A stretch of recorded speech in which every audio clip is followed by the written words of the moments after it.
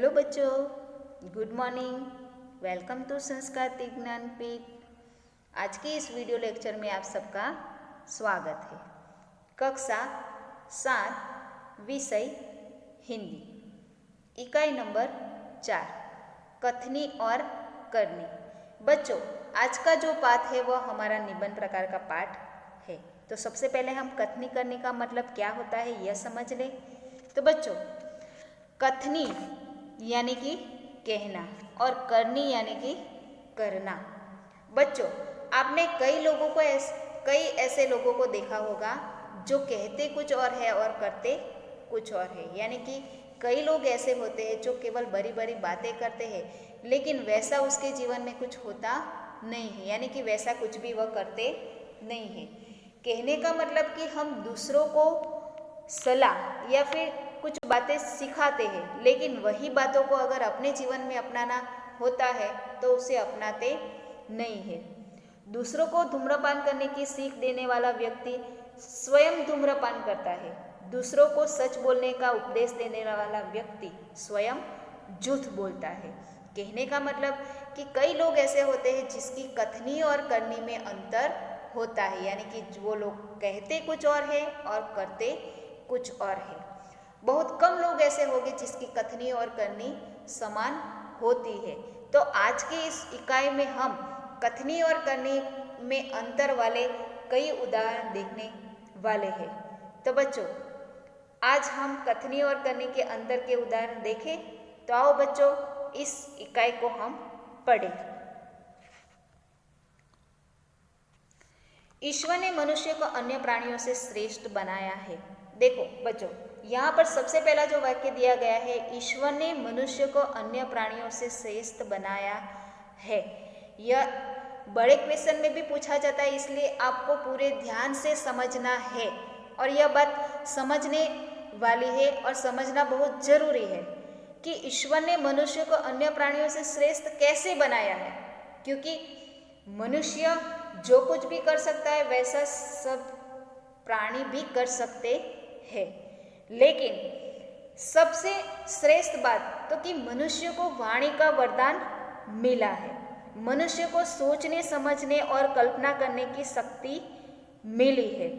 इसीलिए मनुष्य अपने वाणी के बल पर बहुत कुछ कर सकता है। वह नए युग का आह्वान भी कर सकता है, लोगों की सोच बदल सकता है।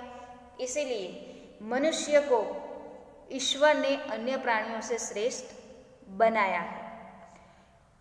कई गुणों से उसे संवारा भी है। मनुष्य के अंदर कई प्रकार के गुण भी है। वैसे हमारी तरह प्राणी भी सब कुछ महसूस कर सकते हैं, सब कुछ अनुभव कर सकते हैं, केवल वह बोल सकते नहीं है। जबकि मनुष्य जो कुछ भी महसूस कर सकता है उसे वाणी के द्वारा बोल सकता है, यानी कि उसे प्रदर्शित कर सकता है। तो मनुष्य को कई गुणों से संवारा भी गया है। इसका उसे अभिमान भी होता है और इसी गुण के बल पर मनुष्य अभिमान भी करता है। अभिमान यानी कि गर्व, अहंकार। परंतु स्वयं को गुणों की खान समझने वाला व्यक्ति कई बार ऐसे कार्य करता है जिन्हें वह गलत बताता है। अपने गुण के कारण मनुष्य अपने आप पर अभिमान तो करता है, लेकिन कई बार कुछ गलत काम करता है। कहने का मतलब कि कई बार ऐसे कार्य करता है जिसके बल पर वह गलत ठहरता है और इसीलिए वह गलत साबित होता है। तो ऐसे ही कई उदाहरण यहाँ पर दिए गए हैं। कथनी और करनी में अंतर के ऐसे कई उदाहरण रोज देखने में आते थे। ऐसे सुबह से लेकर शाम तक हमें ऐसे कई व्यक्ति मिल जाएंगे जिसकी कथनी और करनी समान होती नहीं है। तो चलो बच्चों, आज हम उसके उदाहरण यहाँ पर देखें ताकि आपको भी समझ में आ जाए कि कथनी और करनी में अंतर कैसे होता है। यहाँ पर आप चित्र देख सकते हैं जो एक गार्डन का है, जहाँ पर एक आदमी फूल तोड़ा है और बाजू में तख्ती लिखी गई है कि फूल तोड़ना मना है।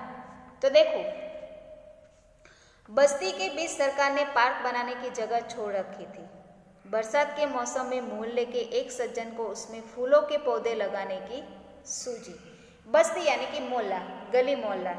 तो बस्ती के बीच, मोहल्ले के बीच सरकार ने पार्क बनाने के लिए जगह छोड़ रखी थी, यानी कि मोहल्ले के बीच थोड़ी सी जगह छोड़ रखी थी। सरकार वहाँ पर क्या बनाना चाहती थी? पार्क यानी कि गार्डन, बगीचा बनाना चाहती थी।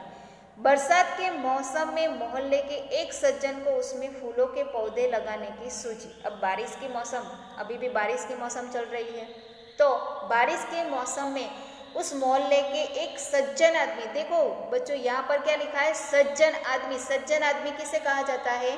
सज्जन आदमी यानी कि अच्छा आदमी, अच्छा विचारों वाला आदमी। तो एक सज्जन आदमी को उस खुली जगह में फूलों के पौधे लगाने के बारे में उसने सोचा कि बरसात के दिन चल रहे थे, यानी कि बारिश की मौसम थी, और तभी उसने सोचा कि सरकार ने यहाँ पर पार्क तो बनाया नहीं, तो क्यों ना मैं यहाँ पर फूलों के पौधे लगा दूं। वे कहीं से पौधे लाए, कतार से उन्हें रोपा। देखो, कहीं से फूलों के पौधे ले आए और कतार से यानी कि गुजराती में कहते हैं ना कि एक हरोड़ में, लाइन में, तो कतार से उन्हें रोपा। देखभाल की। देखो बच्चों, अगर हम कोई भी पौधा लगाते हैं तो पौधा बड़ा तो हो जाता है, लेकिन उसकी देखभाल भी करनी पड़ती है।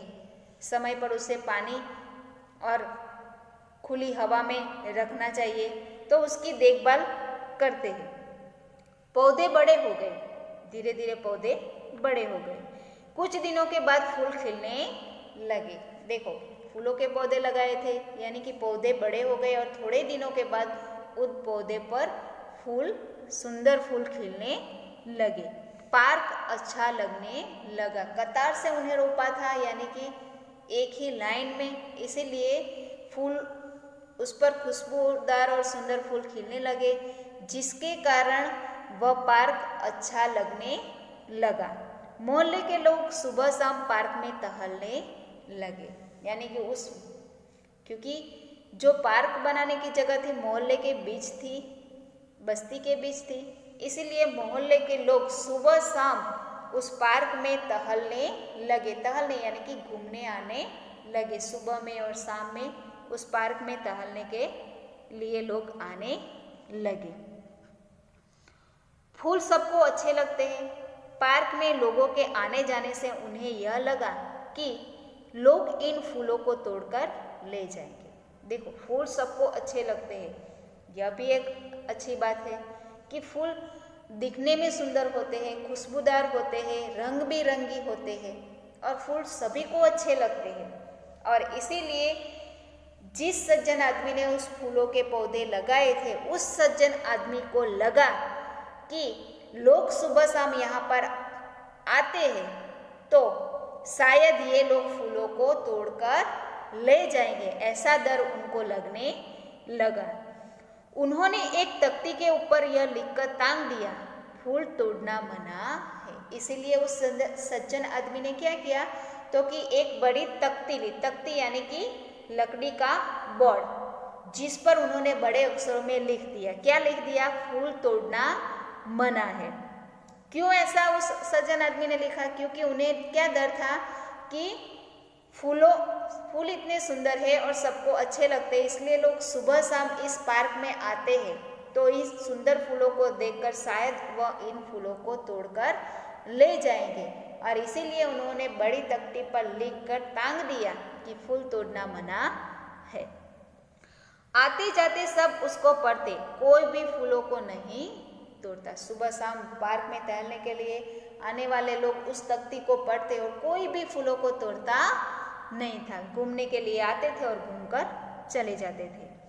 पर मजे की बात तब सामने आई जब लोगों ने तख्ती लगाने वाले सज्जन को बड़े सवेरे जल्दी जल्दी फूल तोड़ते हुए देखा। देखो क्या हुआ, तो कि मजे की बात तब सामने आई जब लोगों ने तख्ती लगाने वाले सज्जन को ही सवेरे सवेरे फूल तोड़ते हुए देखा।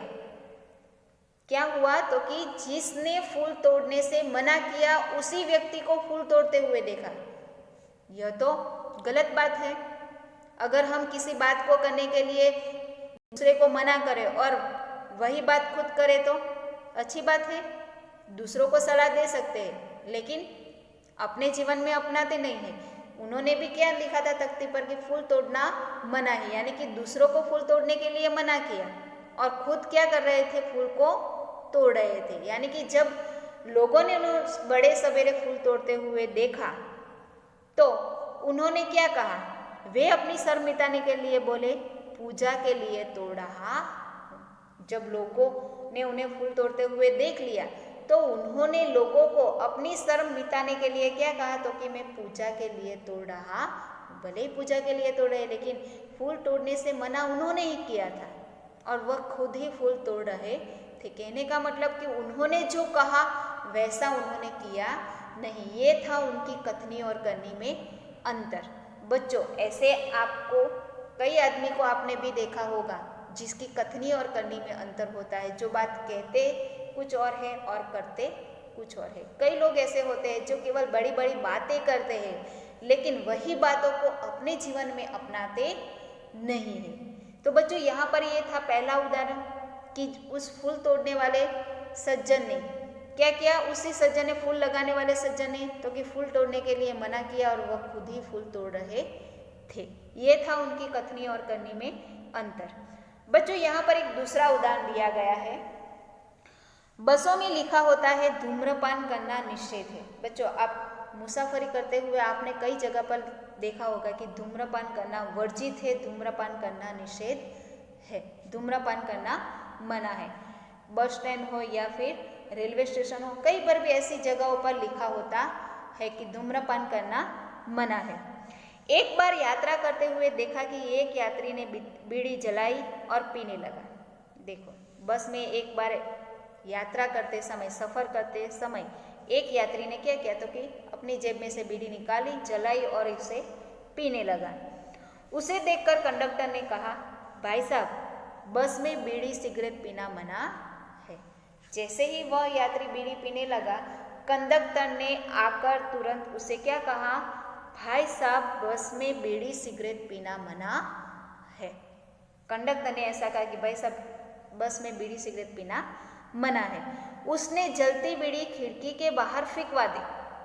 उस कंडक्टर ने उस यात्री से जलती हुई सिगरेट बीड़ी जो थी वो खिड़की के बाहर फेंकवा दी। उन्होंने मना किया कि बस में लिखा होता है कि धूम्रपान करना मना है, इसलिए उस कंडक्टर ने उस यात्री को सिगरेट पीने नहीं दी। थोड़ी देर बाद कंडक्टर ड्राइवर के कैबिन में जाकर बैठा। अब देखो, थोड़ी देर के बाद क्या हुआ, तो कि कंडक्टर जो है ड्राइवर की कैबिन यानी कि ड्राइवर के बैठने की जगह, यह इसलिए याद रखना है बच्चों क्योंकि यह विकल्प में पूछा जाता है। तो क्या हुआ, तो कि ड्राइवर जो है, कंडक्टर जो है ड्राइवर के कैबिन में जाकर बैठा है। सिगरेट जलाई, दोनों पीने लगे। क्या किया, तो कि दोनों ने भी सिगरेट जलाई और दोनों पीने लगे। दोनों यानी कि हम कंडक्टर और ड्राइवर।